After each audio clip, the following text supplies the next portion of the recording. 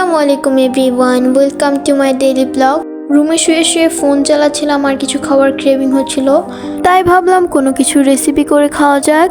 কিচেনে যেয়ে দেখি তেমন কোনো কিছুই নেই খাওয়ার মতো। ফ্রিজে কিছু ব্রেড ছিল, ভাবলাম ওইটা দিয়ে কিছু একটা করি। আবার তেমন সস টস সব কিছু মোটামুটি শেষ হয়ে গেছে। খেতে যেহেতু মন চাইছে তাহলে তো কিছু না কিছু খেতেই হবে এখন। আর ইদানিং আমার মুখে অনেক রুচি হয়েছে, তো খুব খাইতে মন চায়। আমি যে ফিল্টার দিয়ে ভিডিও করতে সেটা ভুলে গেছিলাম। তো যাই হোক, ফ্রিজ থেকে ব্রেডগুলো বের করে নিলাম, সাথে 2টা ডিম বের করে নিলাম। ডিমগুলো নিয়ে আমি মজা করতেছিলাম। আমি রান্নাবান্না তেমন একটা পারি না, নতুন কার্টেন বোর্ড নিয়ে নিলাম, সাথে 2টা পেঁয়াজ। আম্মু বললো হচ্ছে আইসক্রিমের বাটিতে মরিচ রাখা, তো ওইখান থেকে আমি বের করলাম। বাঙালি আম্মুরা হচ্ছে পেঁয়াজ সব কিছু কাটাকুটি করে আইসক্রিমের বাটিতে রেখে দেয়, এটা আমাদের রুলস। এবার আমি পেঁয়াজগুলোকে কেটে নেব ভালো করে, এর আগে ধুয়ে নিব আমি। তো যেহেতু মেহেদি দিয়েছিলাম তার জন্য হচ্ছে হাতের নখগুলো কালো হয়ে গেছে। যাই হোক, আমার আবার না নখ রাখলে না, নখ যখন এই যে কাটছি না তখন ভেঙে যায় আমার প্রায় সময় নখগুলা। আপাতত তো হাতের নখই নাই। তো এর মধ্যে হচ্ছে এবার আমি মরিচের গুঁড়া, হলুদ আর এটা কি সেটা একটা মশলা দিয়ে দিব। আর লবণ দিতে যাই দেখি লবণ শেষ, তো আবার বড় একটা ড্রাম নিয়েছি, ওখান থেকে লবণ দিয়ে এবার হচ্ছে এগুলো মিশিয়ে নিব আমি ভালো করে। এবার একটা ডিম দিয়ে দিব। আবার ডিম দিতে যাই আবার ভয় পাচ্ছিলাম, ডিম হাতে রাখলে একটু গন্ধ হয়, কিন্তু হাফ বয়েল ডিম, তারপর হচ্ছে ডিম পোচ, এগুলো খেতে খুবই ভালো লাগে। তখন অবশ্য গন্ধ করে না, মজাই লাগে খেতে, তাই না? তো আমি এর মধ্যে আরেকটা ডিম দিয়ে দিব ভেঙে। আর ওই ডিমের মধ্যে আবার কি যেন একটা কালো কি যেন থাকে ডিমের মধ্যে, ওইটা তোলার জন্য আমাকে হাত দিতেই হলো। তো হাতটা আবার পরে সাবান দিয়ে খুব ভালো করে ধুয়ে নিয়েছি। এবার ডিমটাকে খুব ভালো করে আমি ফেটিয়ে নেব, খুব ভালো করে। ব্রেডগুলো বের করে নেব।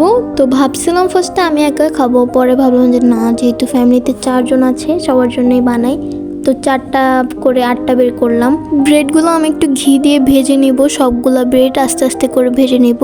ব্রেডগুলো ঘি দিয়ে ভাজলে একটা সুন্দর স্মেল আসে, বাটার আর ঘি দিয়ে যে কোনো একটা দিয়ে ভাজলেই হয়।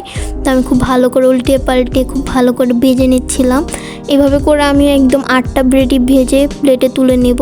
আমি বাসায় রান্নাবান্না অত একটা করি না, মাঝে মাঝে এরকম হুটহাট ক্রেভিং উঠলে বা কোনো রেসিপি যদি ফেসবুক ইউটিউবের রিলসে দেখি তখনই আসলে রান্নাঘর আমার যাওয়া হয়। এছাড়া আমি রান্নাঘরে খুব বেশি একটা যাই না। তো এর মধ্যে আমি একদম তেল দিয়ে দিলাম, দিয়ে এবার আমি ডিমের মামলেটটা করে নেব। এর মধ্যে আমি ডিমগুলো দিব। আর আমি ডিম উল্টাতে যে অবস্থা হয়েছিল, আমি ডিমগুলো উল্টাইতেই পারতেছিলাম না। ডিমটা উল্টাইতে আমার একটু কষ্ট হইতেছিল, তা আমি কোনো মতো চেষ্টা করে উল্টায় পাল্টে একটু ভেজে নিচ্ছিলাম। আমার না তাড়াতাড়ি খাইতে মন চায় আর রান্না করতে একটু কষ্ট লাগে, বাট রেসিপি নতুন ট্রাই করতে ভালো লাগে। বাট মানে সবসময় রান্না করতে আবার আমার ভালো লাগে না। তো এর মধ্যে হচ্ছে আমি এগুলো নামায় নিলাম, এগুলোকে কাটবো, 4টা টুকরা করব। কিন্তু এর মধ্যেও আমি না ভুল করে ফেলছি, মানে এক একটা সমান হয়ে গেছে। কাটাকাটি করে সমান করার ট্রাই করছিলাম আর কি। তো তাও কোনো মতো সমান হয়েছে কিনা আমি জানি না। তো যাই হোক, পরে আমি ব্রেডের মধ্যে হচ্ছে শুধু মামলেটটা দিয়ে চাপা দিয়ে দিব হচ্ছে আরেকটা ব্রেড। এরকম করে আমি 4টাই বানায় নেব।